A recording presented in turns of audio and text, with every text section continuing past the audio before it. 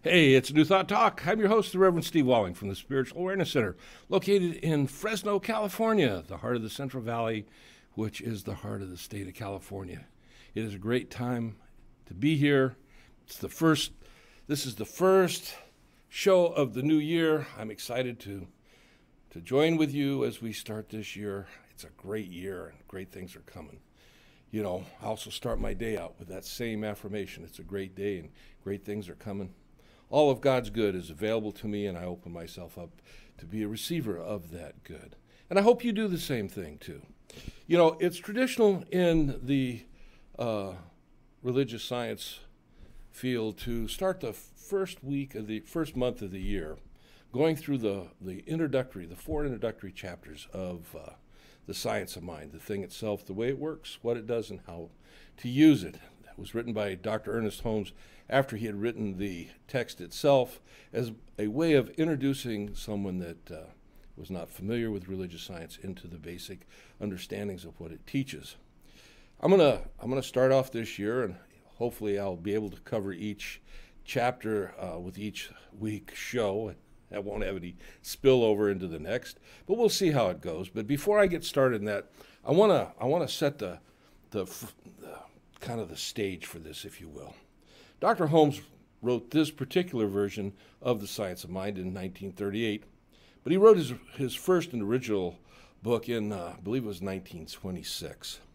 Now, at that time of the year in the United States, we had a publication of a series, about a 17-volume set of books that were called The Fundamentals, and they were compiled with 3 different editors and 60-some different authors, and it was funded by Lyman Stewart and his brother, who were the individuals that started Union Oil. So they had the money and they put it to use. They were Christian-believing people, and they wanted to create basically a guideline for Christians. And so they had these essays put together, and like I say, they were compiled into about 17 volumes called The Fundamentals. And it's from that we get the derivation of what many people call fundamental Christianity today. Long about 1921, 22, there was a Presbyterian minister by the name of Harry Emerson Fosdick, and he was in New York. And he looked out at the lay of the land, and things were really interesting in the United States at that time because there was a lot of things going on in the spiritual religious community, and the fundamentals had really taken off, and there were a lot of churches that were teaching and had espoused those particular type and defined beliefs as their belief. And Harry Fosdick, in May of 1922, he gave a sermon from his church that became popular, and I'm going to read you the title of it. I have it over here. It was entitled, "Shall the Fundamentalists Win?" And that was the conversation in the mainstream Christian community at that time. Catholicism was rather strong. Things were going on, but there was this birth of the fundamentals and this reaction that was basically headed up by Harry Fosdick. And it was during this time that Ernest Holmes and his brother Fenwick out in California were putting together the basic fundamentals, if you will, of what is now called religious science. He laid down the foundations for the book that ultimately became entitled The Science of Mind. With all this going on, facing this great spiritual Christian growth within the nation, Ernest Holmes, he did something that was incredible. When he wrote the 4 introductory chapters to the 1938 edition of The Science of Mind, and he entitled the first chapter, The Thing Itself. Now, taking yourself back in context, in time, to 1938, and you've got the fundamentals growing, you've got, a pushback within mainstream Christianity, and here comes Dr. Ernest Holmes, and he says, let's call it The Thing Itself. I mean, to say it was revolutionary would be an understatement. But there was good purpose behind Dr. Holmes taking this approach, because as New Thought, in particular religious science, looked at what we call first cause, the divine principle, God, if you will, we defined God from a way that was rather different from mainstream Christianity, although New Thought is often considered an offshoot of Christianity, and that's a topic for another day. Ernest Holmes said, let's not just address this and as calling this God. Let's call it the thing itself for way of introduction into a religious science understanding. Now, it was like I say, it was revolutionary for the time, but for people that understand how the mind works and how our beliefs often keep us locked into certain life experiences, because a good part of the beliefs that we hold within ourselves are not held in the conscious mind, but they're held in our subjective, subconscious mind. Oftentimes we're not even aware of them, but they're there, and they have a very potent effect in our day-to-day life experience. So if you grew up with in that time, in that era, with an understanding of God as it was defined, to come to this new thought understanding as an ever-present, no place, no space where God is not, a consciousness, a spiritual beingness. In order to make that shift within your subjective mind, to really move forward in your spiritual journey as a new thought religious science practitioner, if you will, it was a much easier way to make that change in your beliefs if you didn't try to fight old beliefs that you held. Now, there's many different names that Dr. Holmes has used for God. Besides God, besides the thing itself, sometimes it's referred to as first cause and spirit and various source and various other things. And it's not really important. And that was Dr. Holmes's point. It's not really important what we call it. What's important is our understanding of what it is. And so today, as we go through, hopefully, and we'll get through the end of this first chapter, we're going to see how Dr. Holmes looked at the thing itself, how he basically understood what it was, and our relationship to it. It's an amazing thing. But I'm going to read you, let's see if I can find it here, out of the Science of Mind, first chapter of the introduction, but not the first part of the introduction. This is to be found later on. And if you happen to have a textbook, you'll find it at the head of page 31.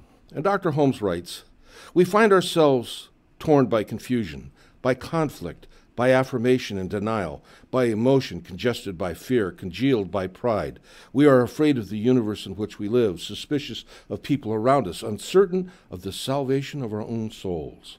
All these things negatively react and cause physical disorders." Now, he published that in 1938, but that just as easily could have been written today, couldn't it? We look out into the world today, and there's confusion and chaos, there's hatred, there's anger, and so many other things that are going on. And this is the world in which we find ourselves. But this was not the world that Dr. Holmes believed in. It's not the world that I believe in. And I believe that we can and we have the power to make change. But we have to understand what we call the truth of who we are and how that truth plays out and interacts with the thing itself in creating our life experience, and through our life experience, creating the world in which we live. So that's what we're going to be talking about. So I'm going to open this up. The thing itself, the first page, page 25 of the textbook, Dr. Holmes says we all look forward to the day when science and religion shall walk hand in hand through the visible to the invisible. Science knows nothing of opinion, but recognizes a government of law whose principles, and bear in mind, we're talking about principles here, are universal. He goes on through this page, and basically what he's doing in the first page is he's laying out kind of a general understanding of what it is, where we're going with this idea. He says, suppose that the creative intelligence of the universe could create a man in bondage and leave him that way.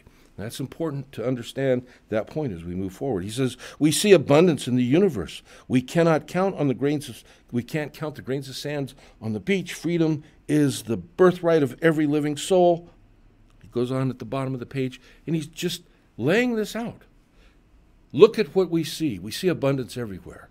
Do you believe that the divine principle, God, will create humanity and leave us in bondage? Is there a reason why? Is there any reason why? And he says, freedom is all about. Freedom is our birthright. And freedom is the urge that God has placed within each and every one of us to express. And so we're going to talk a little bit more about this idea of this urge within us and expressing this freedom in our life. It's an amazing thing. There's a power and a presence for good in the universe, as Dr. Holmes says, that's available to each and every one of us when we realize that it's available to us.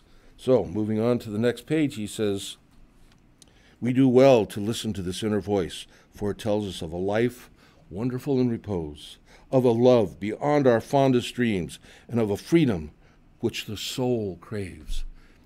Right at the very basic foundation of our beingness, there's this. And how awesome is that when we begin to realize that, and when we begin to embody that realization within our own life experience. You know, the master teacher said that it's done unto us as we believe.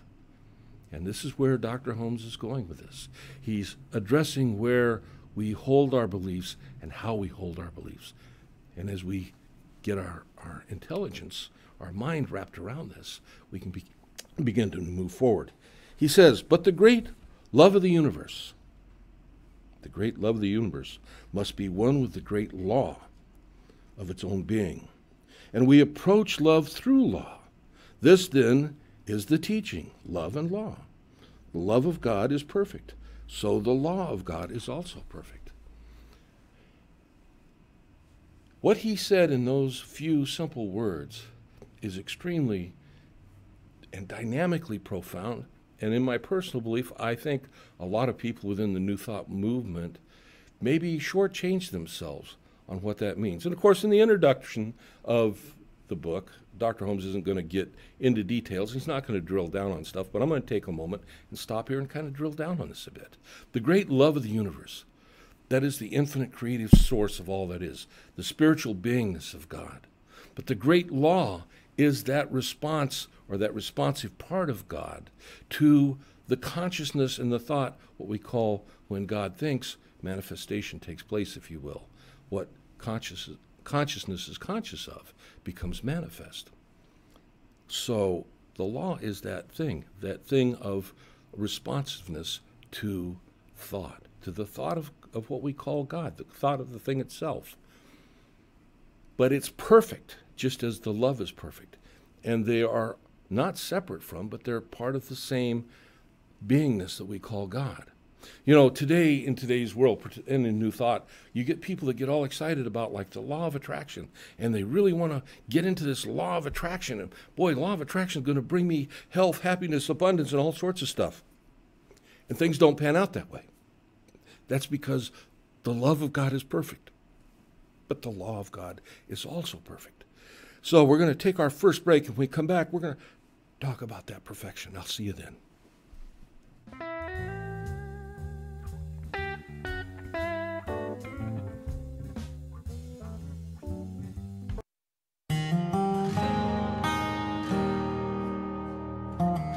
With Organic Pastures Raw Milk, you're getting a product that has been meticulously managed from grass to glass. From our pastures to our dairy, creamery, and distribution, we work hard to produce a product that is safe and clean for you.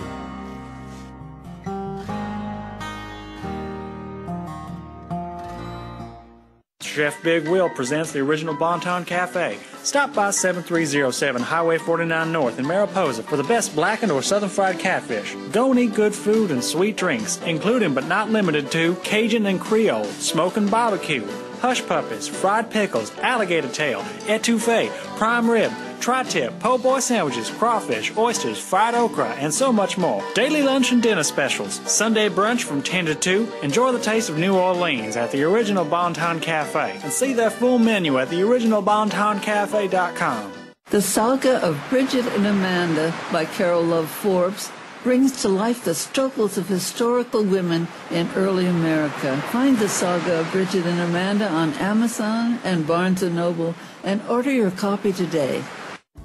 Harness the power of the sun and cut your electric bill down to size with Soltech Solar. Call today and request a free quote at 559-325-6907 or visit soltechsolar.com. Looking for work? Tired of minimum wage? For as low as $200, become certified as a forklift driver at the Certified Forklift Training Center. Call 559-325-8097 or visit cftc.net. Fresno Dixieland Society presents the Sounds of Mardi Gras, February 7th to the 10th, 2019, at the Doubletree by Hilton. Get your tickets today. For more information, go to FresnoDixie.com or call Linda at 209-534-1924. Again, that's 209-534-1924. After a tough day at the track, cleaning up can be a time-consuming task. That's why we use Extreme Cleaner, the non-toxic, biodegradable, multi-purpose cleaner and degreaser. Extreme Cleaner cuts through even the toughest of grease and grime. Fast. Great for cleaning tools and work surfaces.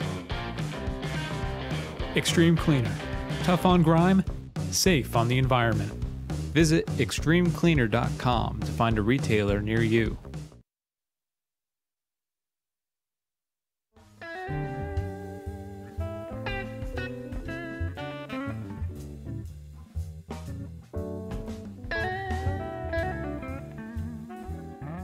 Hey, welcome back to New Thought Talk. I am your host, the Reverend Steve Walling, and today, this first Thursday of the year and Saturday of the year, we're talking about the thing itself, as outlined in the opening chapter of The Science of Mind by Dr. Ernest Holmes, part of the introduction.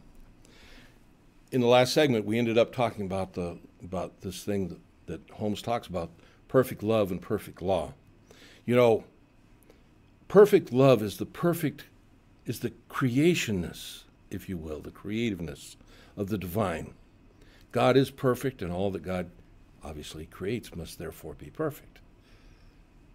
In that perfection is a love that is so incredible, humanity really probably doesn't even begin to have a grasp on it, but it's there. It is the creative principle, and it is a givingness, and it gives to all of us. But it gives to all of us in potential, if you will. And our purpose for being here is to express life, and to express life more abundantly. Life seeks livingness, and life seeks livingness maximally. But we're left in a level of ignorance, and we'll cover some of that as we go along. But the thing is that in order for us to avail ourselves of to the real truth of who we are, is we have to align ourselves with that which created us, with God, with divine principle. Which means as we seek to utilize the law, if you will, whether it says the law of attraction or law of healing or law of spirituality or whatever you want to call it, we have to come to it on its terms. And we're given, in our creation, we're given the ultimate of liberty, if you will. But we're not given a book that tells us how to take the greatest advantage of that liberty. We have to discover that for ourselves. That's part of what the master teacher came when he brought his teaching to the earth some 2,000 years ago. So the thing is, there's this divine love, but the law is also perfect, and in its perfection, it means that if we utilize it through ignorance, if we utilize it through falling short of what it is, what the divine love is, it will respond to us at that level. So if we seek to hold on to our personal grievances, if you will, or our belief in limitation, or our angst, or our dislike for other philosophies, other people, other kinds of life, that limiting factor holds us and keeps us in a level of bondage. And so, when people get really excited about the law of attraction and they find out it's not working for them, they blame the law. They don't stop and reevaluate where they are in their life experience. And through many lessons that we've done online, through many shows, we've covered a lot of this, but just know that the divine law works, and it works always, and it works perfectly. Our job is to understand what that perfection is and then embody it into our day-to-day life experience. So moving forward, he says, whatever the principle of nature may be, insofar as it's understood by anyone, it may be understood by all who take the time to investigate. So this is what he's talking about. We have to take the time to understand, to investigate.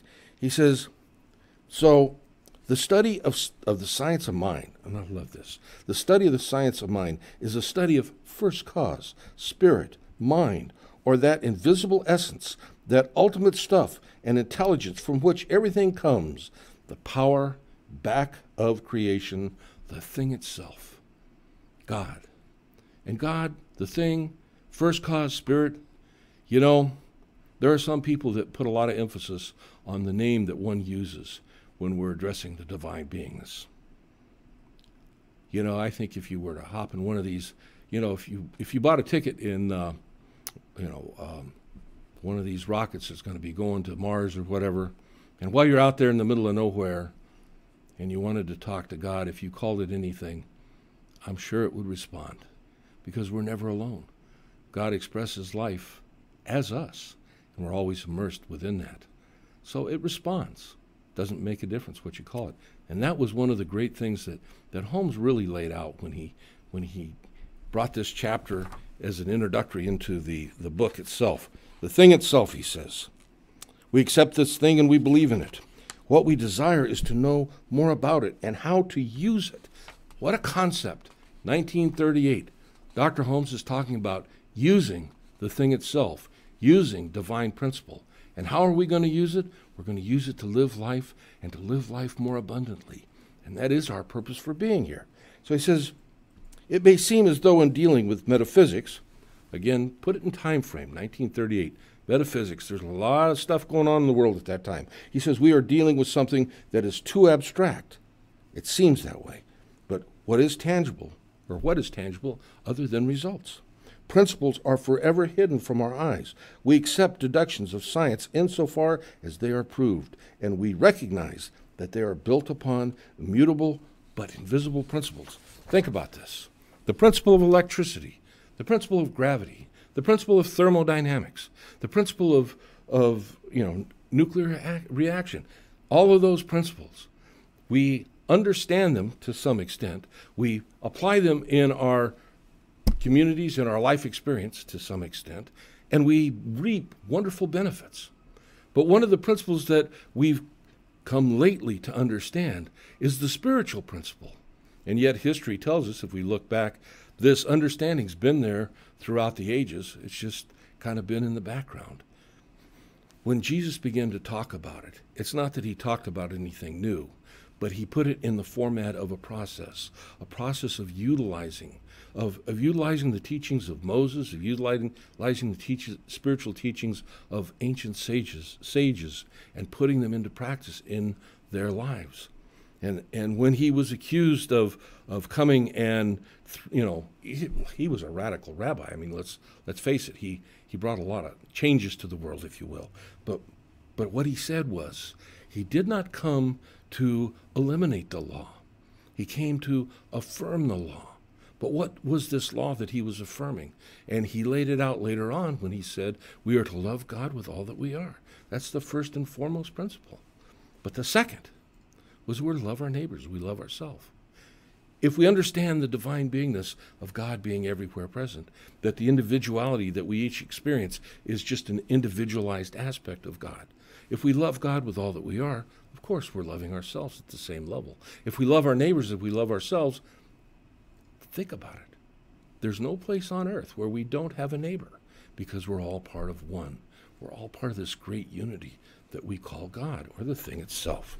He says, so, we're used to the thought if we mix certain colors. This is as he's describing principles. He said, and I'll paraphrase this, he says if we take certain colors, like let's say we take red and yellow, two primary colors, and we mix them together, we get orange. Now, I can mix them together and get orange, and anybody else on the planet can mix them together and get orange. We have no understanding why that is. I mean, we can say red and yellow mixed together gives orange, but why is that so? What is the underlyingness in there? We don't know. Red and yellow give us orange. And anybody that mixes red and yellow, they'll get orange. That's a principle.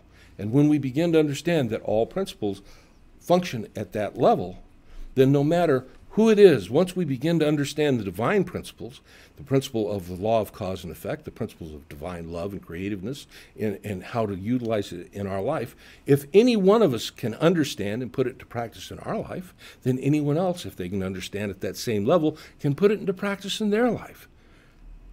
And he's talking about this in 1938. It's an amazing concept. And there was a great deal of responsiveness in the world at that time. There's an awful lot of stuff going on. I mean, 38 or 36, 38 we're moving up into World War II. We've been in the Great Depression. We're going to get through that. We're going to come out into the late 40s and into the 50s, a time where there was a fair amount of peace in the world, other than some minor conflicts, but there was a lot of prosperity within the Western world.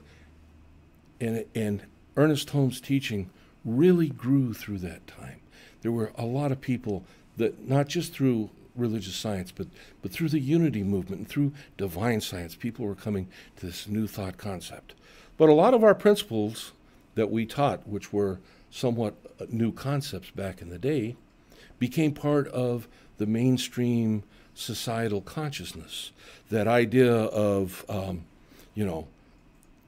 think and grow rich, power of positive consciousness, how to influence friends, and so on and so forth. And it kind of got, in a way, pulled out of the New Thought family, which is not necessarily a bad thing, but people kind of lost touch with the spiritual side of that.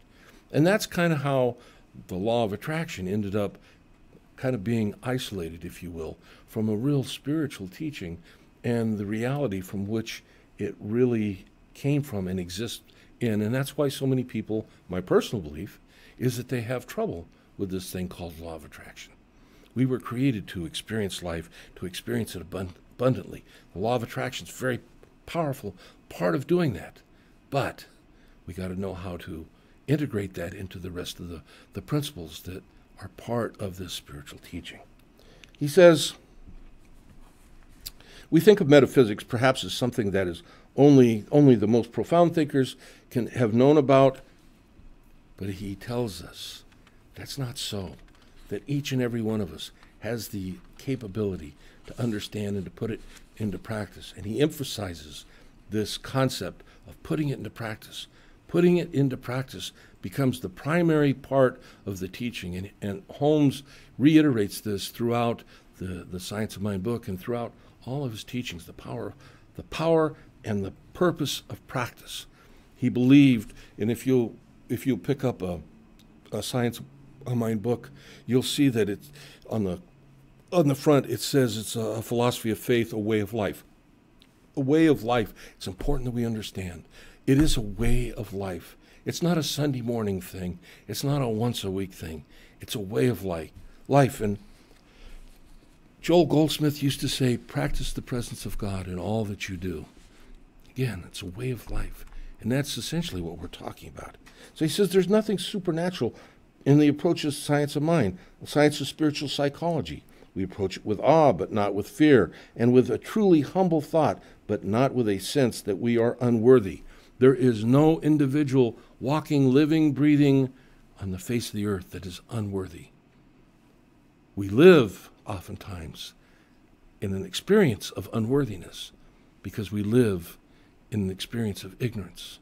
But as we know the truth, as we learn the truth of who we are, that truth truly does set us free. But the reality is we've been free all along. We just didn't know that about ourselves. We're going to take our next break, and I'll see you when we come back.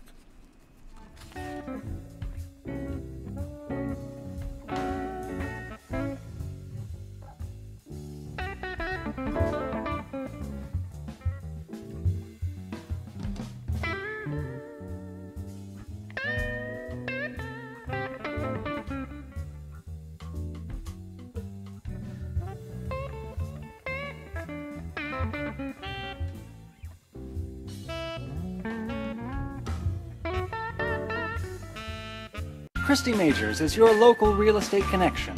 With a solid, hardworking team, traditional listings, short sales, probate listings, and foreclosures are treated in a personal and caring way and close in a timely fashion. Since 2009, Team Majors has closed more than $75 million worth of homes all over California. Reliable and trustworthy, Christy and her team will go the extra mile for every client, whether selling or buying a home. So give Team Majors a call at 559-464-5606 or visit teammajors.com.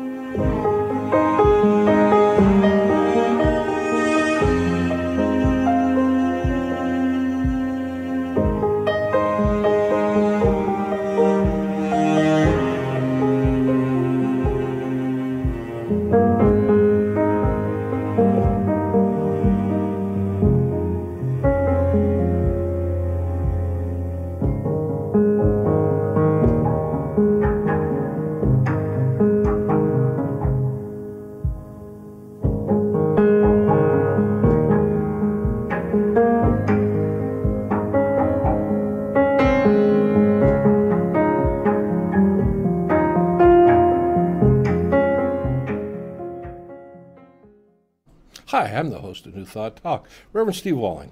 And I want to take a moment today and give you an opportunity to support our ministry, support our show. You can do that through a PayPal payment. You send the payment through PayPal to the email address of Madera, MADERASAC @gmail.com.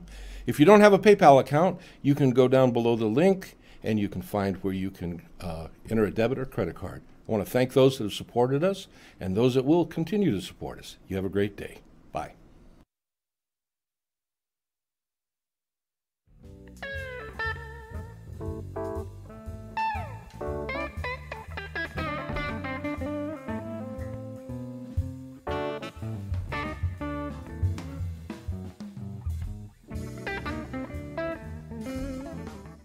So Dr. Holmes goes on to say that let us approach the science of mind, the science of spiritual psychology, with awe, but not with fear, with a truly humble thought. Okay? He says, let us approach it normally, happily, willing to accept, glad to experiment, hoping and believing that as the result of our efforts, we shall each derive a great good, a sound understanding of the natural laws of life as they apply to the individual and his relationship to the whole universal scheme of things. I want to go back here and just touch on this again. And he says that we should approach it normally, happily, willing to accept, glad to experiment. If that sounds to you like a young person, a child, if you will, learning about something new, when Jesus said we should come as children, this is how Holmes is describing this. We should come to this as children with excitement, with awe, not with fear, but looking forward to putting it into practice in our life, learning how to use it. And he says, this simple meaning of true metaphysical teachings, the study of life and the nature of the law, governed and directed by thought, always conscious that we must understand, it's always conscious that we live in a spiritual universe. Can you imagine if we're talking about an infiniteness that we call God, an infinite beingness, a spiritual beingness, can you get the concept that there's no place where God is not? So when we come to it, what we're doing is we're coming to it within ourselves, if you will. We're opening up our hearts, our minds to a greater understanding.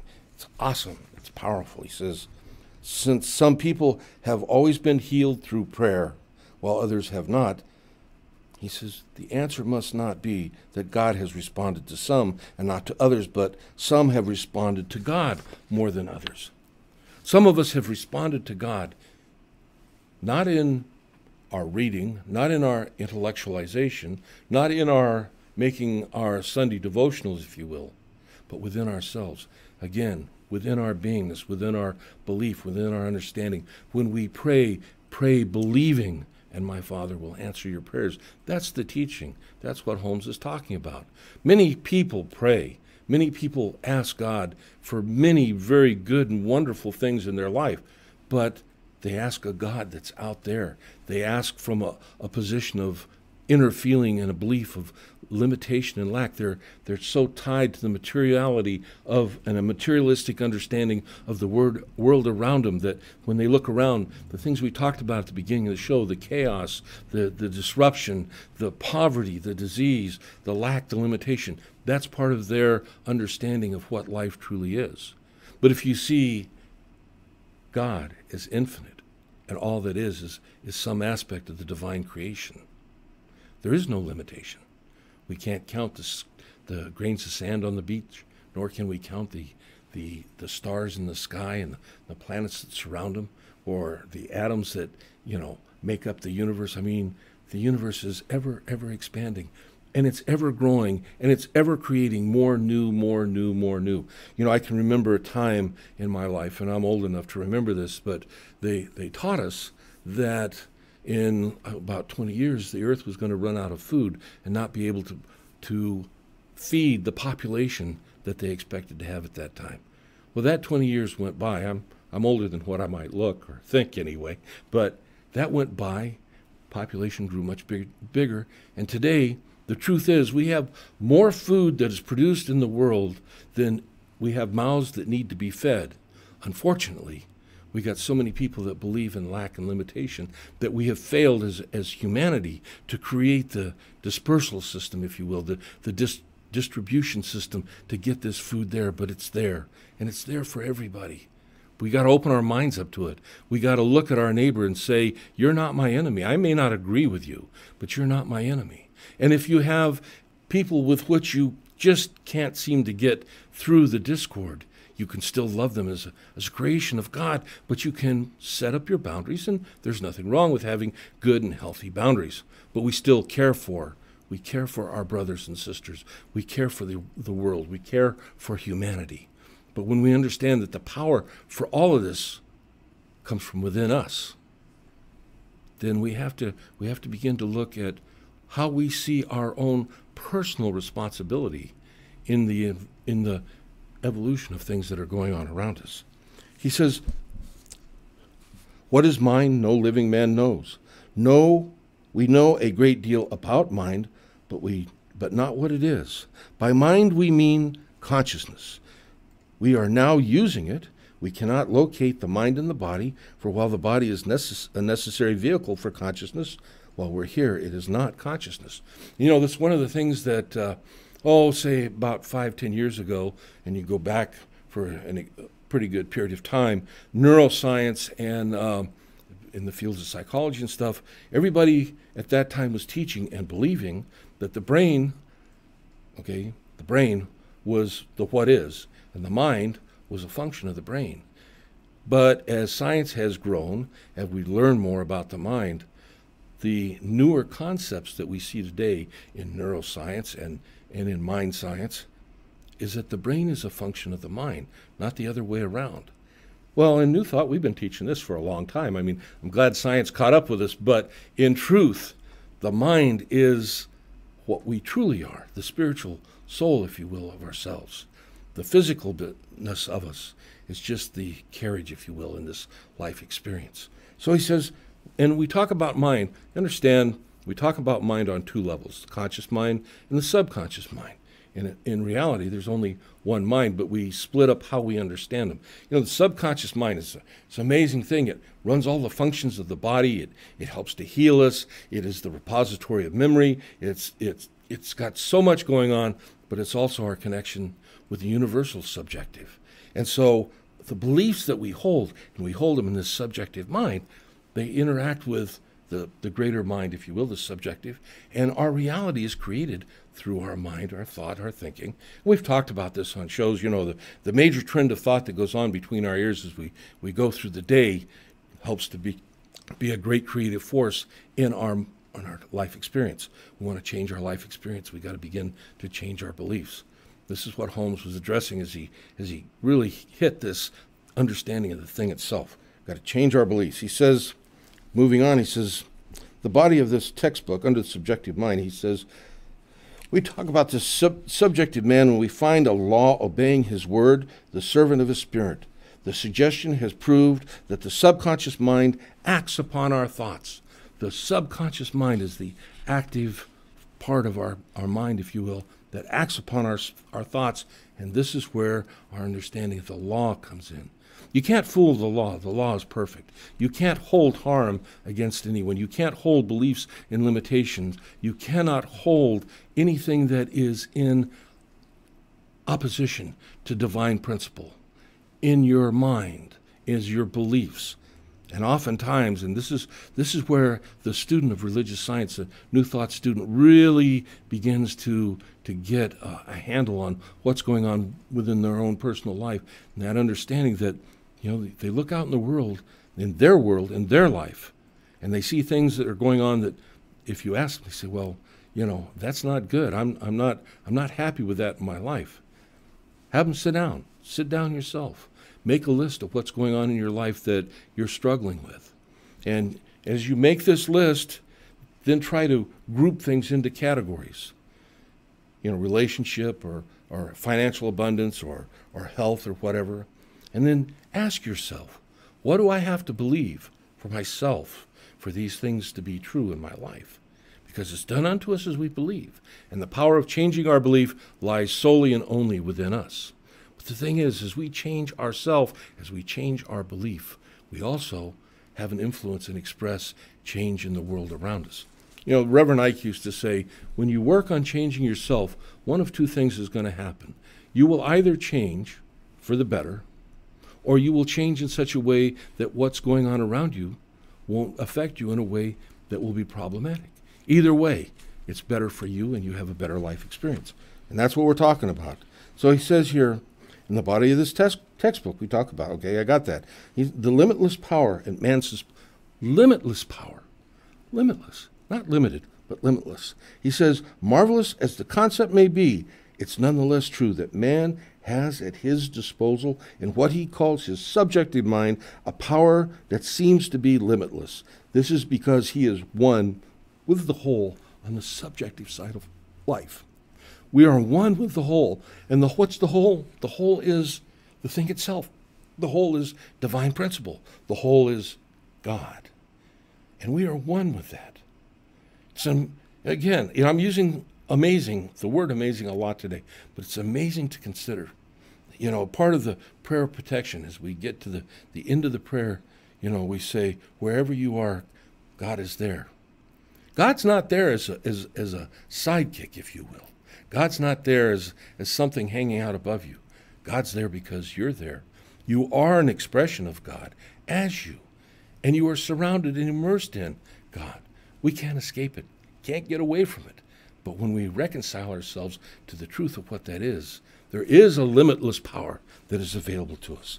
And that's what Holmes was attempting to get the new student, the person just coming to science of mind, religious science, to understand in these opening chapters of the book. He says, within us, there is a creative field which we call the subjective mind. Around us, there is a creative field which we call subjective, and that's with a capital S.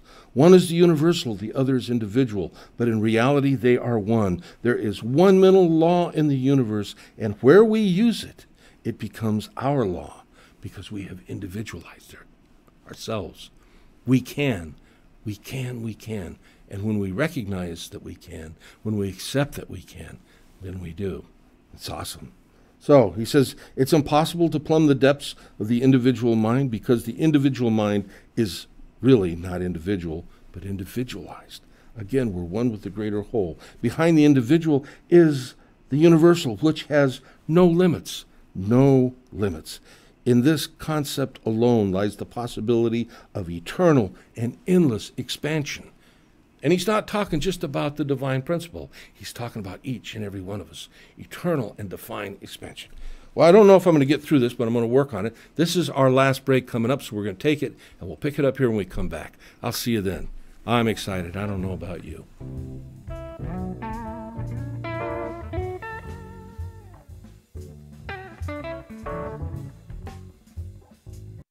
Get your copy of Crouching Mama Hidden Veggies today, packed with recipes of delicious food cooked with hidden vegetables, so you can feel confident that you and your family are eating your veggies. Contact Sprague Electric for all things electrical, solar installations, battery systems, troubleshooting, repairs, and more. Call 559-760-0712. SpragueElectric.com. Are you or a member of your family beginning to show early signs of forgetfulness that may be Alzheimer's or dementia? The only way to be sure is through an expensive brain scan. Dr. Parminder Bhatia of the Neuropain Medical Center is helping in a clinical trial for those with memory problems, dementia, or mild Alzheimer's disease. Those accepted into the trial will have all costs paid for, from diagnosis to evaluations and trial medicine. There is no cost for those who are accepted in the trial, and there may even be some compensation for the patient's time and travel. For more information, call 559-437-9700, extension 310, and visit neuropain.com.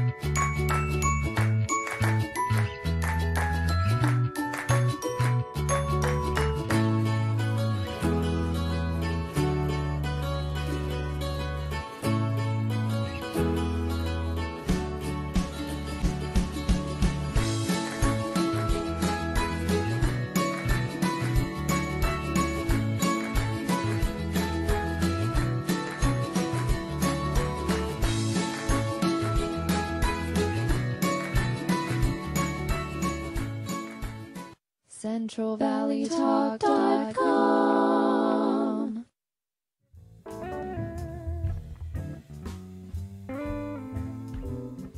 Welcome back to New Thought Talk. I'm your host, the Reverend Steve Walling, and today we're talking about the thing itself, the opening chapter, or the opening chapter in the Science of Mind book, if you will. So, moving on. All thought is creative, Dr. Holmes tells us. And he says, since this is true, it follows that we cannot say that one thought is creative while another is not. We must say that all thought is creative according to the nature, impulse, emotion, or conviction behind the thought. It's important we understand these things, and as a student of religious science, as we move on, we learn the power, how the power of these various things play out in the thoughts that we use. You know, as we seek to use affirmative prayer treatment, you know, if you just speak the words, you know, you might as well just be reading out of an encyclopedia or something. You have to bring yourself in alignment with the words you're speaking and realize the truth of what it is, and create, as Holmes talks about later on, creating that mold, if you will, in our subjective mind. But we'll get to that later on. So anyway, I want to move forward here. He says, the conscious mind is superior to the subjective and may consciously use it. In other words, through the power of our conscious mind, we have the ability to utilize consciously the power of our subjective mind at the level of our belief and acceptance. So if we need to change our beliefs so that we can accept more, if we need to understand how it is and how important it is that we align ourselves with principle in order that we can be a greater utilizer of this principle, then we need to do those things. But it's there and it's available to each and every person, no matter who or where you are, because God is impersonal. God does not pick, choose, make one person more favored than the other. God answers all people alike. Jesus says, God brings rain on the just and the unjust. And, you know, some of us fall into those categories at various times of the day, if not, you know. So we're seeking to create a more homogeneous, more harmonious, or not homogeneous, but more harmonious life expression, that we align ourselves with principle and we utilize principle. And the more we use it, the more we see the demonstration. The greater our faith, the larger our belief, the more that we can see unfold in our life. And it goes without saying. You know, we've seen it happen too many times over the years. He says the road to freedom is not mysterious. Experience has taught us that the subjective tendency of this intelligent law of creative force may be consciously directed and definitely used. This is the greatest discovery of all time. And it really is. It comes with a lot of stuff, but it is still the greatest discovery. He says there is no mystery here, but a profound fact and a demonstrable one. He says the road to freedom lies not through mysteries or occult performances, but through the intelligent use of nature's forces and laws. The law of mind is a natural law in a spiritual world. Jesus said God is spirit, and we worship God in spirit. You know, we find that in John as he's talking to the Samaritan woman at the well. Think about it. God is spirit. Spirit is invisible. You know, just a caveat, a side, if you will.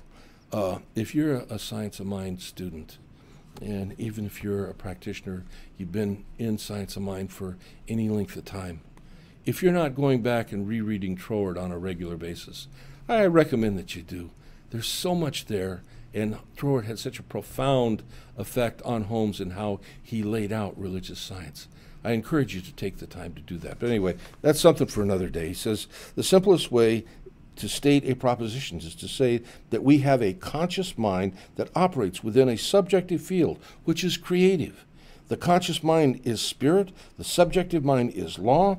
One is a complement of the other, and no real individuality could be expressed without the combination of both. No man has ever plumbed the depths. Okay, we got that? And we need not ask why these things are so. There can be no reason given as to why the truth is true. In other words, there's some things that we can question. There's some things we just have to accept on faith, and we do. He says, there can be, we do not create these laws and principles, but we discover and make use of them. And that's true of all laws and principles. You know, we've talked about through the various years in the shows, how, hey, electricity was around at the time of Moses. But, if you happen to be in the Viking country, they thought it was just Thor getting mad and throwing thunderbolts and what they called was lightning. It took Benjamin Franklin to discover that, we could actually bring this down to earth, if you will, and utilize it. And look what happened. And people that understood electricity, as they plumbed that principle, they learned about the ways of using it. And from electricity, things like electronics developed. And through electronics, we got technology. And today we've got the computer. And here I am sitting in your home on the screen of your computer talking about principles. They've always been there. Our spiritual principles have always been there. Our job, our journey, if you will, is to learn them and then put them into practice in our lives. He says, learning to trust will make us happy. All men seek some relationship to universal mind, the oversoul, or the eternal spirit, which we call God. And life reveals itself to whoever will receive it. Think about it. Life reveals itself to whoever will receive it. In other words, it's up to us. I can't do it for you. You can't do it for me. No one can do it except us for ourselves. We got to put in the time, if you will.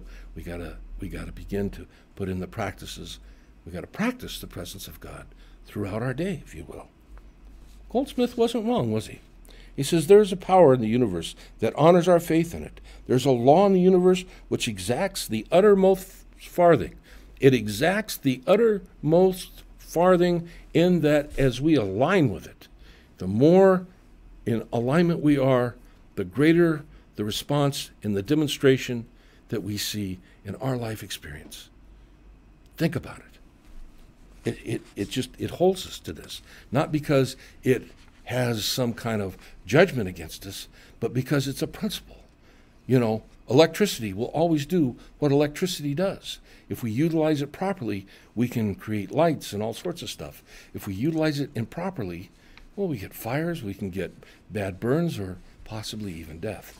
Not a good thing, but it'll always do what it does. He says, we can find ourselves torn by confusion, by conflict, by affirmation and denial, by emotion, congested by fear, congealed by pride. We are afraid of the universe in which we live, suspicious of the people around us, uncertain of the salvation in our own souls. All these things negatively react and cause physical disorders.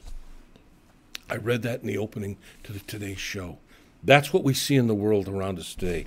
I'm not going to finish up other than to say the last part of this talks about the divine nature of man and humanity. There's a power and a presence for good in the universe. But as we look out into the world and we see chaos, that chaos is not something that's going to be controlled by us going out, charging out into the world, telling the world how it needs to change in order to make our good good. What we have to do is we create that good within ourselves, and then the world around us changes. And through that, the world around and further around, and pretty soon, it's amazing things how the world changes. Years ago, Ken Keyes wrote a book called The 100th Monkey. The idea of how these Japanese researchers drop these sweet potatoes on an island. These monkeys, they'd pick them up off the sand and they'd eat them, and there's all this sand in their mouth. One monkey happens to get one out of the water one day, and there's no sand on it. It eats the thing, and it's pretty good. And it realizes, so each day it goes back and if it picks one up in the sand, it rinses it off in the water. It eats it. It's good stuff.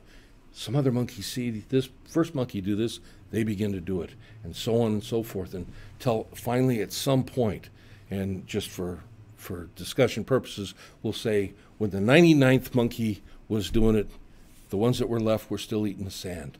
But when the 100th monkey, there's some percentage that in consciousness, in mind, in energy, if you will, there is some percentage of consciousness that when we hit that percentage, the Maharishi felt that it was 1%, 1/10 of 1% of the general population, something like that, that you get an instantaneous change. And what Ken Keyes points out in this book is when that hit that point, Then all the monkeys began doing it on their own. They didn't have to see the first monkey or the ones that did it subsequently. All of a sudden, everybody's eating these sweet potatoes, and they're sweet without sand. But the interesting thing is, not only was it so on this island, but it was so on the other islands around where they weren't even connected to this.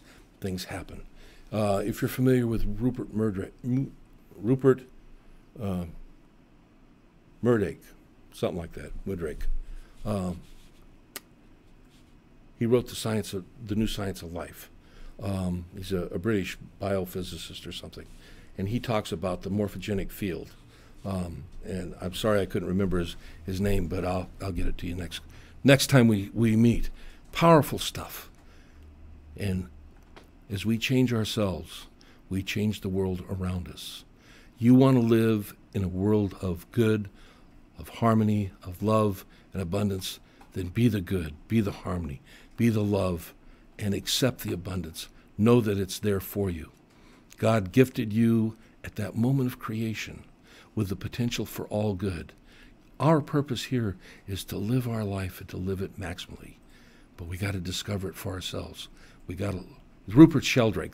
Thank you, Michael. I couldn't remember that. Rupert Sheldrake. But it's our job to live our life maximally. And as we do, life begins to respond maximally all around us. And our world will maximally respond when we hit that trigger point, that ratio.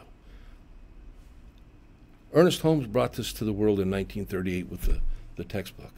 He brought it in response to some things that were going on around him. He brought it in response to some things that he was learning, things that he was putting into practice in his life, and many, many people changed, and a lot of the world changed.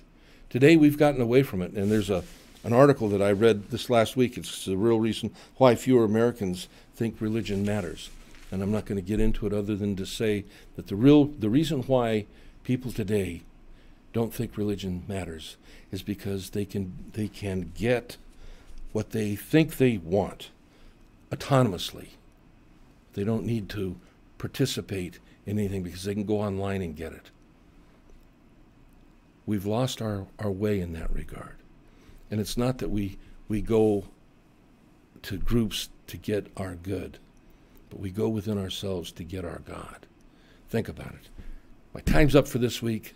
I got through most of it, and maybe we'll pick up at the beginning of next show, but we'll be moving on to, after the thing itself, let's see here, I believe, sometimes I get them confused, Chapter 2, The Way It Works.